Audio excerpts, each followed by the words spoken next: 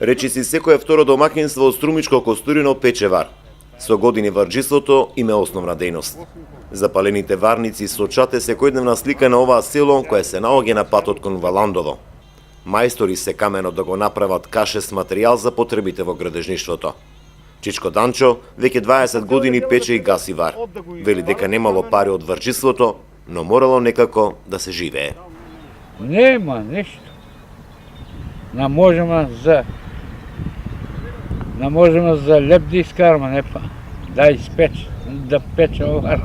20 години. Како печете вар?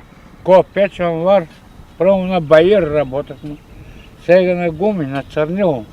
Речиси половина месец трае процесот за да се добие околу 1 тон вар. Од копање до печење, па се до гасење и пакување. Данчо вели дека костурската вар се барала и во Западна Македонија, но цената била прениска. Как не се бара? Дори тетова нос. Тетова, гости вар. Носам е, там не носам, продават. Вар тоа 6 динари, сега че е скоро.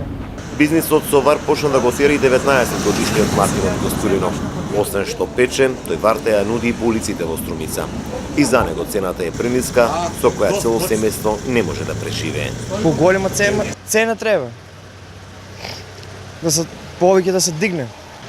За сам ќе живееш, за фамилија не се живее само од таа работа. Треба и друго. Ти си млад, зошто се одлучи на варџиство? И шо да работам друго, ај. Нема друго шо?